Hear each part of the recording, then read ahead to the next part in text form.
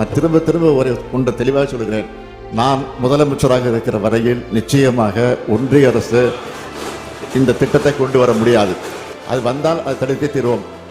அதான் திரும்ப திரும்ப சொல்றேன். நான் தமிழ்நாட்டினுடைய முதலமைச்சராக இருக்கிற வரையிலே இது நிச்சயமாக நாங்கள் அனுமதிக்க மாட்டோம். நன்றி. மாண்புமிகு எதிர்க்கட்சி தலைவர்.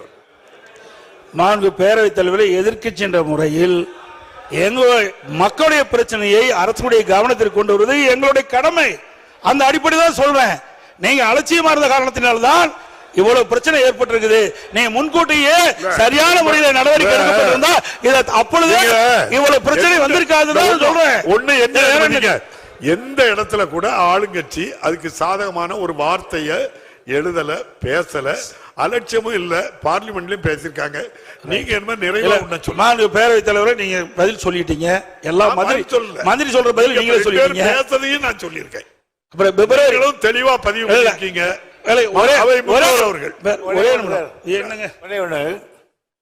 மாண்புமிகு முதலமைச்சர் இந்த மாபெரும் சபையில் 3 தரம் நான் முதலமைச்சராக இருக்கிற வரையில் மத்திய சர்க்காரே அதை கொண்டு வருகிறது என்று சொன்னாலும் சரி, அதை நான் இங்கு நடத்தப்பட மாட்டேன் என்று பிரகடனப்படுத்தி இருக்கிறார்.